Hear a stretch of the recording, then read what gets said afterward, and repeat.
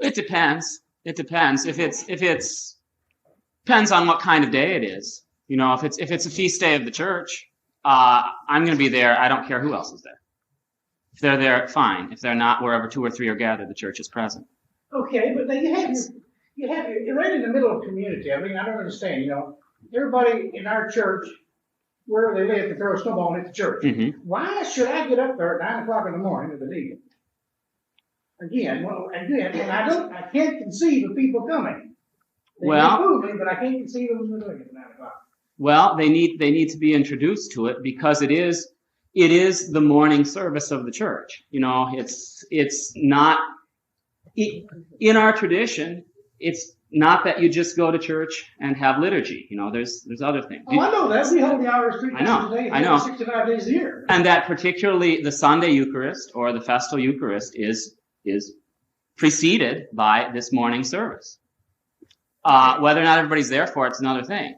But I think in the spiritual dynamic of things, it is simply, Father Harold, that you know, it's morning prayer. And we have morning prayer every day, so we have morning prayer on Sunday too. And Divine Liturgy is not morning prayer. Divine Liturgy comes following morning prayer. That's what we've got.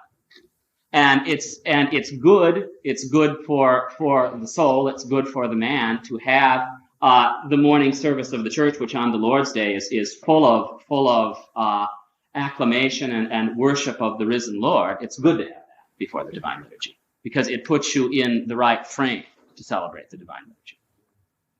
More often than not, is the Matins done prior to any Divine Liturgy this year? Yeah, morning liturgy. Yeah, I don't think myself I've ever celebrated liturgy in the morning without having Matins before it. Either I have it in the morning before it, or some occasions in churches of the Russian practice, it's been done the night before. But it's done. I think I understand Father Harold's point that for me, for years, going around in different churches and participating with them in the Matins, it was such a negative experience. I could hardly bear the thought of doing it because I was never in one that I thought was well done. No, it's done very poorly. Until this past summer, when I saw it well done at our clergy symposium, and then I enjoyed seeing it done out in Toledo at the September conference. We had the Missions and Evangelism conference. So I thought, well, maybe there's hope here. Because I just had said anything that's as poorly done as it is in most Orthodox churches I've ever been in, I felt it was more of a detriment than a blessing or a help. Oh, any poorly done service is a detriment. And so we did it last Sunday for the first time with Father Deacon John Finley there. And we're still evaluating how we can incorporate it because it's causing us some problems schedule-wise. Mm-hmm. But I think if we can't do it well, it's always better not to do it. Well, yes. Yeah. Oh, I agree with that. I wonder what we mean by doing well, though. We have to be clear what we mean by doing well. I probably don't know what I'm talking about. All I've experienced is a couple, 2 or 3 times, in the Greek church and the Russian church, and that was always there was the pastor that was doing it all by his own. Yeah. Yeah. And I figured mine are really he was there talking to his wife. He prayed to God tomorrow. But we don't want to reflect that. Well, I know, but gee whiz, how much prep work do you need to do the liturgy? There's never an end. There's never an end. You know, our forefathers in the faith would keep vigil all night before celebrating the liturgy. I'm not saying we're going to do that, but they didn't because they understood the Eucharist as being the breaking in of the kingdom of God, as being literally the end of the world, breaking in. Each week, each time it's celebrated, they did not take it lightly.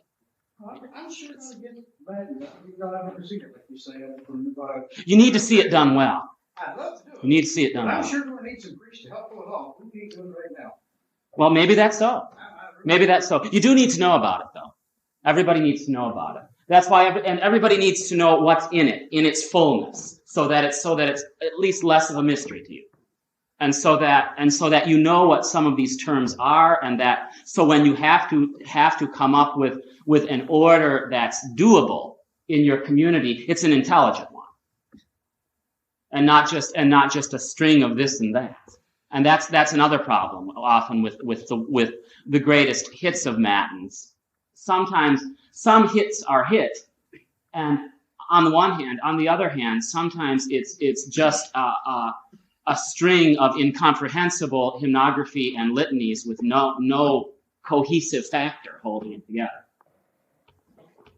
Well, there's a certain sense that even if just a priest and one or two key members of a congregation are there, there's a sense that Matins is right for the priest who must pray from a humble and contrite heart, because Matins does get you there to the point where you're supposed to be at the beginning of Divine Liturgy. Yeah. It really does change your whole outlook. So even if you're there just for yourself, and you're there praying Divine Liturgy for your congregation, I think that God is going to be soften some of the prayers, perhaps. I've just never experienced that. Maybe my heart is hard, right? That's very possible. I can't con myself into believing that yet. I've never done it, so. What do you see how your congregation responds? We just instituted it recently, and my people said, we can't come. Come where they're unhappy as it is now. But I'll tell you what, 41% of my congregation is there. Well, since you're going to have to come and pray and say your prayers before communion anyhow, just come and be there. Say your prayers before communion during Matins and participate. And they do. And it's a happy experience. It truly is. I look at it, I'm just looking at it a totally different, probably wrong way. It just breaks my soul to see somebody walking that door 5 minutes after the bell was rung. And I sure don't want to have to start holding 2.5 and 3 hour meetings and then have them come in 5 minutes before the gifts and get it and go home real quick. That bombs me. In a healthy church, that won't happen. It's in a healthy church that won't happen. When Father Hoff goes here, because we've got a seating problem, with too small buildings, our people come. You'll see tomorrow it's pretty much filled up by a half an hour. Uh-huh. Father Hoff goes on there. He says, "Why don't you do Matins? You've already got an audience sitting here."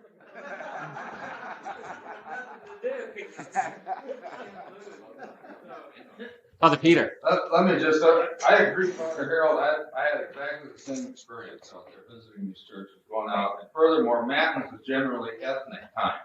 Mm-hmm. So you go in there and say that in an Arabic church, even if they're committed to an English liturgy, every syllable of that thing is in Arabic. And, the embarrassing thing is when I'm celebrating, at a certain point, the priest will nod to me to do the litany. I can't tell you for save my soul where we are. Yeah. And so I had a very negative thing on it. And then in October, when I was back in Wichita for that meeting with the Order of St. Ignatius, Metropolitan Philip pulled me aside and said, "Father Peter, now is the time the baby hymn needs to be given." And he went on about 5 minutes how his feeling is next to the Divine Liturgy is the most important service.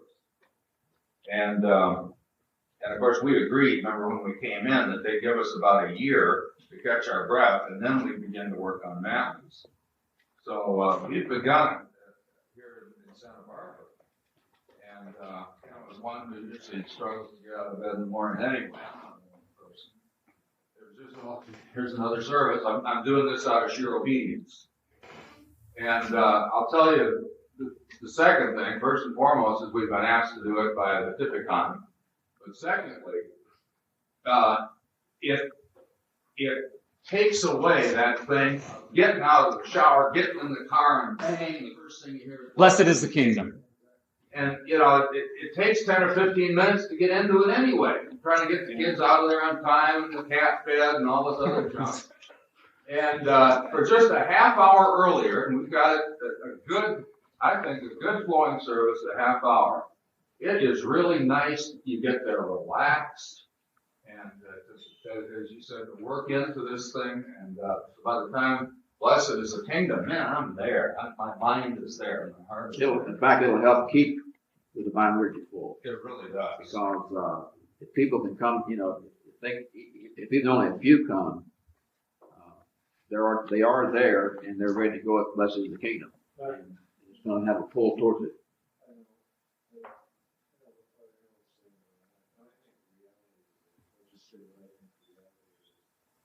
Unless you have 20 priests and deacons families and their kids, you're not gonna have very many people there. And again, in the long haul, you're not gonna have very many people there. But it's still, I mean, if it was 2.5 hours, I'd wanna do it. Because it blesses God. And the church said do it.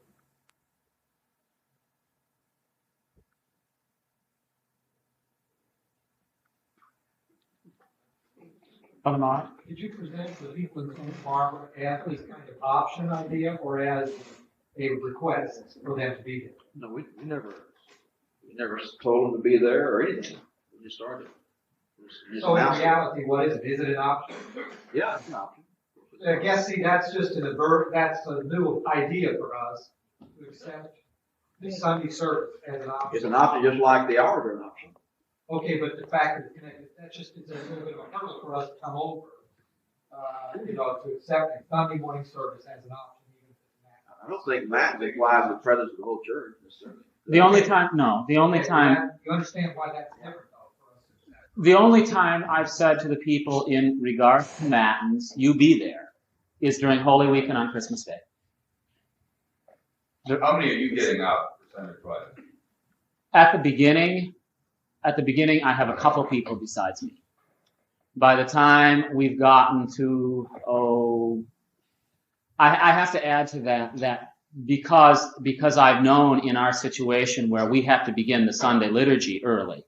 Only in the last 2 months have we been able to begin the Sunday liturgy at 9 o'clock. We were beginning it at 8:15. Now we're beginning at 9, which everybody likes, but because I know that, most of my families who have small kids, that in itself is a haul. There are not many of them going to be there for Matins, especially. I'm not attempting to do a short service. They know that. I'm at this point, and I don't try to do this at other times. At this point, I am doing what I want to do with Matins, and that means a big chunk of it, and that means about an hour and 15 minutes of it. And it's, it starts then, people drift in during it. By the time we're singing the Canon, there's a good couple handfuls there. There's a couple handfuls, our style, singing the responses, because I do have books for them. And by the time we've gotten to write to the praises, they're pretty much all there. So they get at least a taste of it. I don't mind them drifting in during that. Except I wouldn't want them drifting in during those crucial matins of Holy Week or Easter Sunday or Christmas Day. I'd want them there for all of that. So the idea of people drifting into a service is also new, but you don't see that. It's very orthodox. Okay, well, there's a lot of things. As long as it's doesn't turn into an abuse. Okay. People drifting in during the Divine Liturgy is an abuse. That's right. Right. But for Matins, that's acceptable. Good heavens, yeah, pick up Agarius Travels and read about Matins in 4th century Jerusalem. The bishop got there somewhat before the resurrection gospel. The people, many of them, the monks came pretty much on time. This is in a situation where monks and laity are worshiping together in the Church of the Holy Sepulchre. It's a focal point. The monks get there on time. A lot of the lay people get there early, before the church is even unlocked. And they're kind of sitting outside the church singing psalms. But is it still a corporate service? Once you come? Yeah, once you come, you get into it at a certain point. The other experience I've had.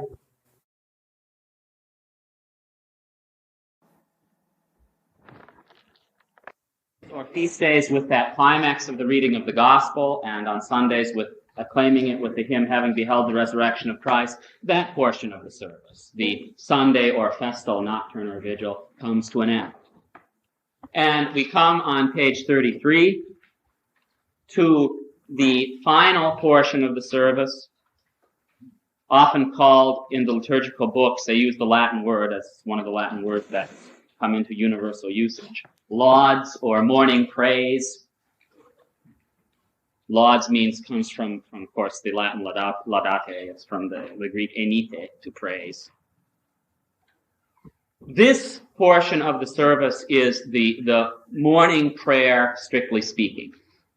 Okay, and it begins with, as every day begins in the entire year, with the exception of Bright Week, begins with the prayer of repentance, Psalm 50. every day begins with that focus on, have mercy on me, O God, create in me a pure heart and put a new and right spirit within me. I don't think anything more needs to be said about that. Beginning the morning with that. If you'll look on page 35, after Psalm 50, on certain days, is added some hymnography. For example, you have on page 35 hymnography that follows Psalm 50 on Sundays in Pre-Lent and Great Lent. On page 36, you see hymnography for after Psalm 50 on Sundays outside of Pre-Lent and Great Lent. Sunday of the Publican and Pharisee. In fact, a better, more specific term for that page 35 would be on Sundays within the Triodion, when the Lenten book begins with the Sunday of the Publican and Pharisee. Triodion is the Lenten service book. It contains everything from the Sunday of the Publican and Pharisee to Holy Saturday.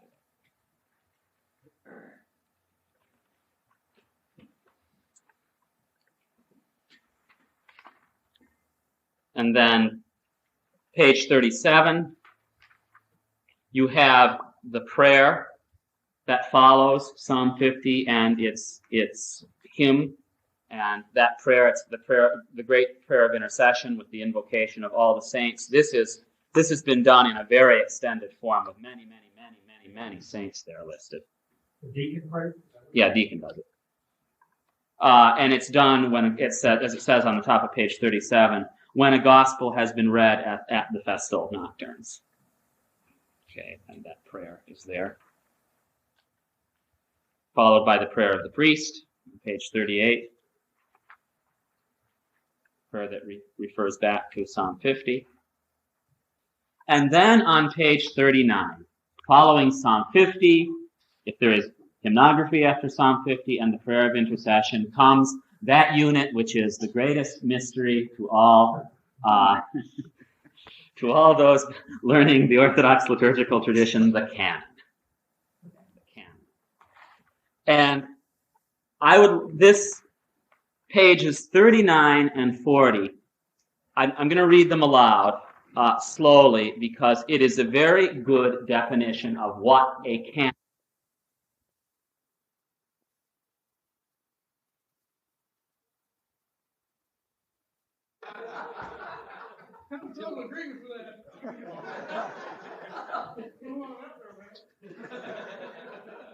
Okay, the canon.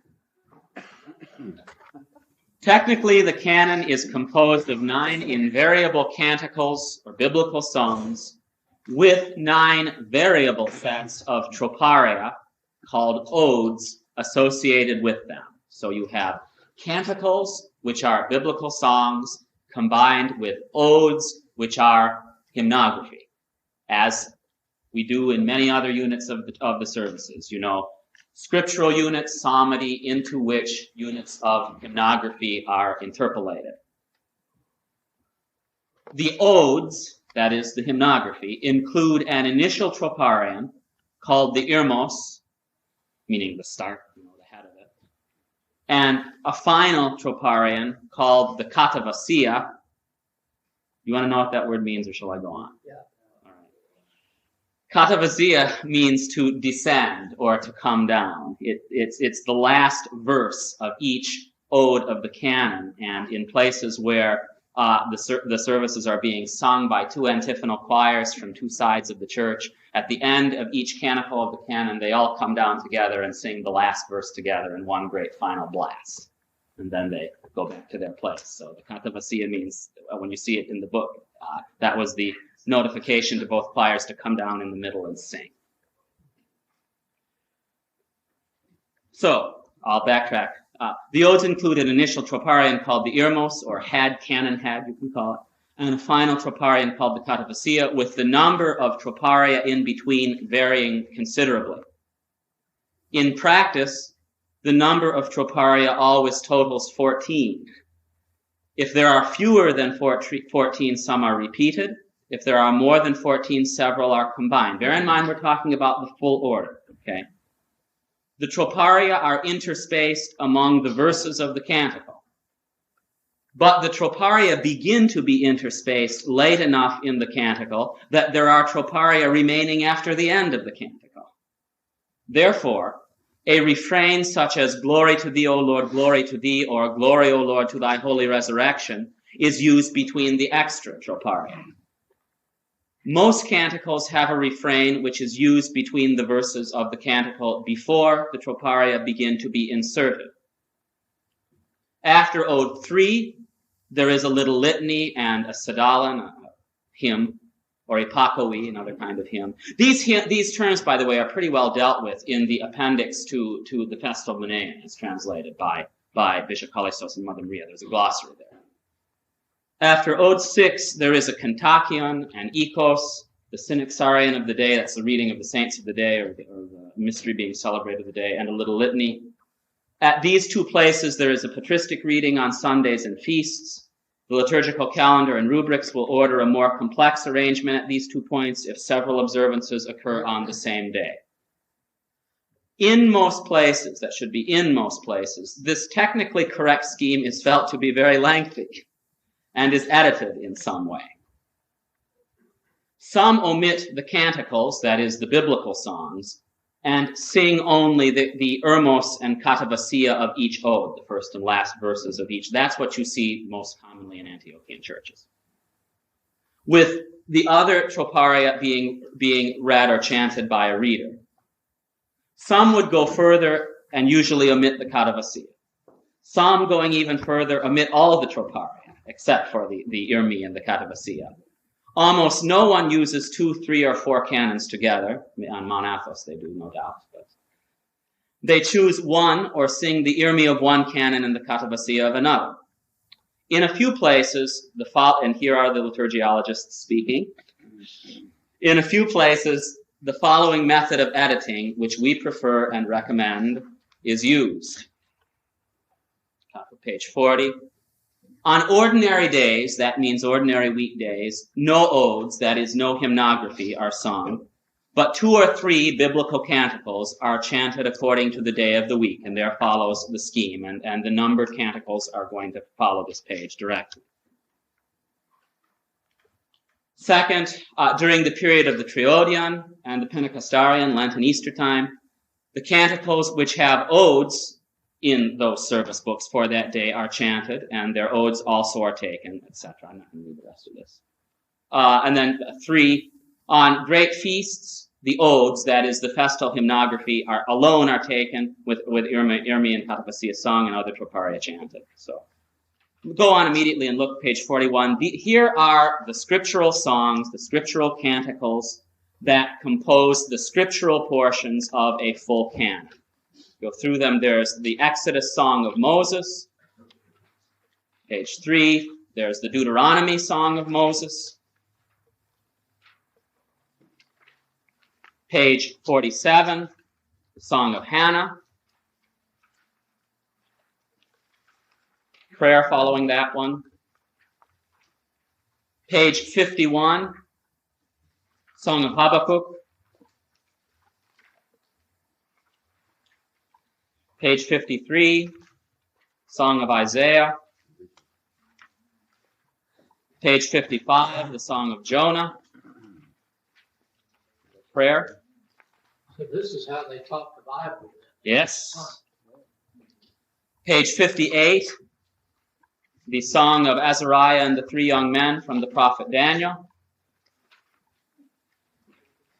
Page 61, the Song of the 3 young men, the Song of all creation, one of the most commonly used. And then page 64, the final canticle in the series, the 2 songs together of the Mother of God, the Magnificat, and of Zechariah, the Benedictus.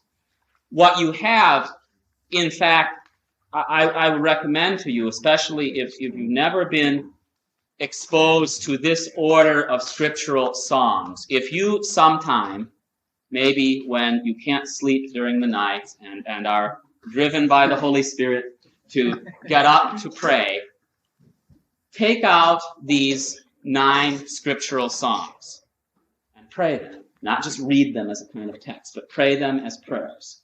and you'll see that you have in them an entire recapitulation of the history of salvation. And so when the hymnography that is composed to be attached to one or more of these canticles is added to it, and usually the hymnography that's composed has some sort of relationship poetically with whatever canticle it's being composed for. You have this really quite wonderful. The canon is one of the acts of genius of Byzantine hymnography. It's a pity that it's so seldom used because it's bulky and hard to do. If you're not used to it and just don't have the manpower or the capability or whatever. But it's really good to learn, and I think you can see now how particularly in the classical periods of the liturgical life of the church, they had all-night vigils. Of course, they had lots of people. So that's basically, I think, a good introduction to what a canon is. Maybe less of a mystery. Page 66, you have that prayer there that's labeled Matins Prayer 11, which is called often the Prayer of the Praises. Then following that, we're at the canon has concluded now. And following that, you have a little responsory there for Sundays. Holy is the Lord our God. Page 67. Then you have for all days a variable piece of hymnography, a morning hymn called the Hymn of Light, or the Greek word exapostolarion. The exapostolarion means to send out. They would pick somebody out in the choir and send him out to sing it. If you got exapostolarion, we used to do that in seminary. You got sent out to sing the Hymn of Light. That's how a lot of our hymnography got composed, by people like Romanus the Melodist. In a period where the service books were not set the way they are now. The inspired hymnographers were sent out to sing, and they went out and sang. And then you have the final unit of Matins called the praises. The praises are to Matins what Lord I call is to Vespers. As Lord I call is the evening psalms, the praises, which are Psalms 148, 149, 150, the last three psalms sung as one or chanted as one. They are the special morning psalmody. These three psalms have been prayed together from time immemorial, Old and New Testaments. And so they are there on page 67, 68, 69. And just as you have verses, stichira, for Lord I call it Vespers, at Sunday or feast day Matins, you have verses for the praises at Matins. Unlike Vespers, which has verses for Lord I call for every day, Matins you have verses only for Sundays and feast days to be added to the Sundays. Praises conclude, and their hymnography, page 70. And then on page 71, you have this glorious hymnographic conclusion of the service with the great doxology. Glory to you who have shown us the light. Glory to God in the highest. And that, of course, when Matins is being celebrated in conjunction with liturgy, is the link between Matins and the Eucharist. Now, by the way, look back at page 71. The first form of the doxology there is the lesser doxology, which is the weekday doxology, when there have been no hymn verses on the praises. And then page 73,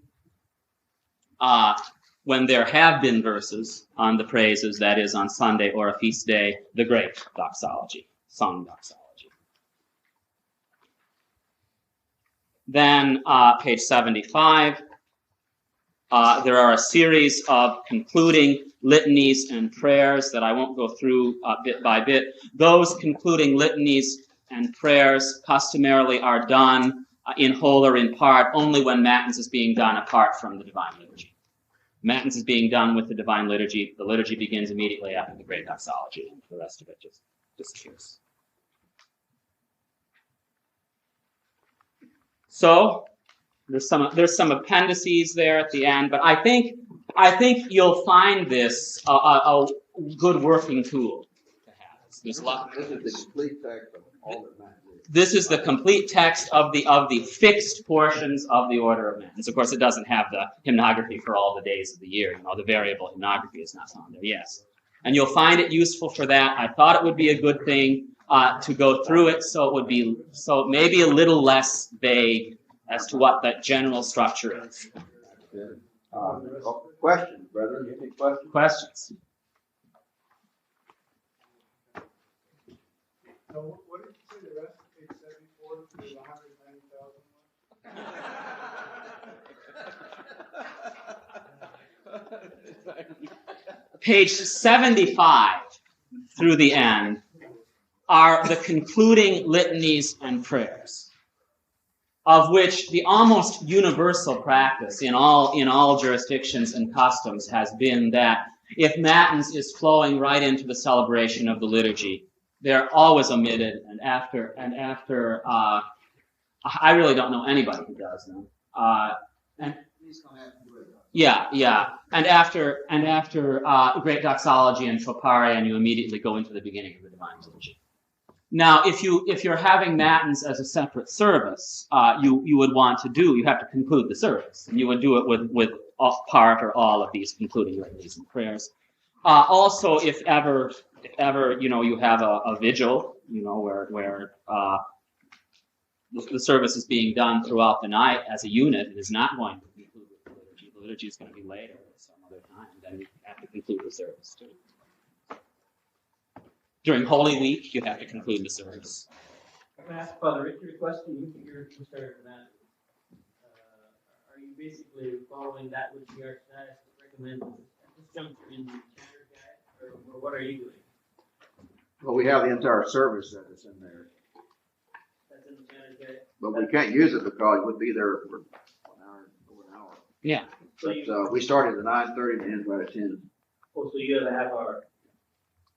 And by the way, I don't mean to. My intention was not to criticize the greatest hits of Matins approach. It's good, because it brings the people into a portion of the riches of this. Well, what we use is Father Igor Sarukis, Father Vladimir. Greatest hits Russian. Yeah, and Yeah. he presented that. We started at 8:25 because later begins at 9, and it's sung. Our choir is there. It's a really beautiful Oh yeah. service. Really beautiful.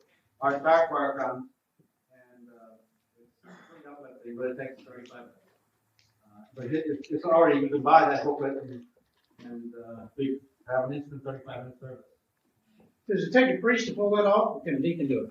Oh, a deacon can serve any of the non-sacramental services. Yeah, but if a priest is present at them, of course, the priest is the normal celebrant. But most of the work is done by the chanter. Yeah. Well, yeah, or let's say by the people, by the singing people. Most of the work should be done by, ideally. What we found to be helpful is that we have that entire service there, but we put an outline in the bulletin of what we're doing in that service, so they can follow that outline, so they don't get lost. So it's an aid to know where, in other words, it jumps from here to here to here to here. So in the bulletin is the outline, they can just see the next heading and turn to that. I've got a little booklet. I was gonna bring it down, though it does. It's, I guess you could say it's greatest hits of Matins Anderson style. There's a few more hits, but it's for the purpose. The long fling version. Yeah. There's no, you can have the entire deal there if you wanted, but it's a matter of whether you want to do the whole thing or an hour or 30 minutes or whatever. Yeah. What is it that the Metropolitan wants us to do? Just basically what we can. Try to have it in some form, I would say. I think 30 minutes is plenty adequate. Well, when I was down during their conference, the choir participated in the whole Mass. In fact, I thought they were a real key part of that. And I think that the singing, what you emphasized, I think that makes that. Oh yeah. We had, Nobody's there so far. excuse me, I'm sorry. at the Missions and Evangelism Conference, we had a broad section of priests from the Archdiocese, and they saw our Matins and also our Divine Liturgy, and they were just loved it. It was in cafeteria. It was wonderful. It was beautiful. I got 30 people in the choir. If I could get the choir out, we'd just play the drum. The whole thing. Or a few good singers. Actually, you don't need the choir. A few good singers. You just need some cantors there. That's all you need. And I'll keep the people going. I got a beautiful choir, but I haven't got one cantor worth a plug nickel. All you need are a couple of cantors and a priest. You can go along. Okay, questions over here.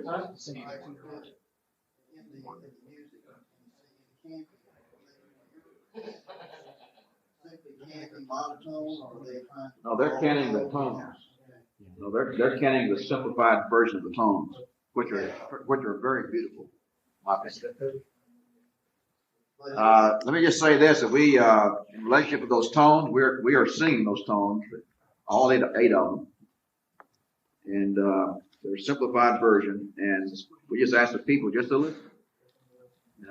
Just listen, and they begin to listen, and I've not had any negative responses. Is that the cabinet thing that you're talking about?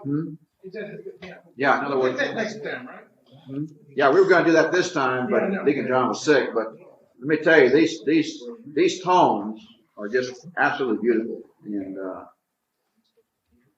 and so this thing that he's working on helps them to be sung by novices, you might say. It's a lot easier for a novice to pick up. I'd just like to say that it seems like that's what Paul is traveling from that.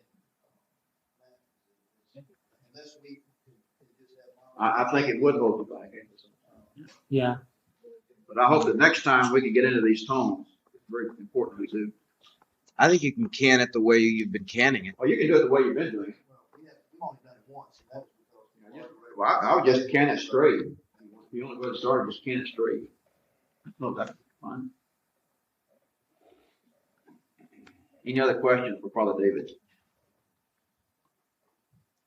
I'd say it's making. Father David, you can give your impression, but I think it's having a great respect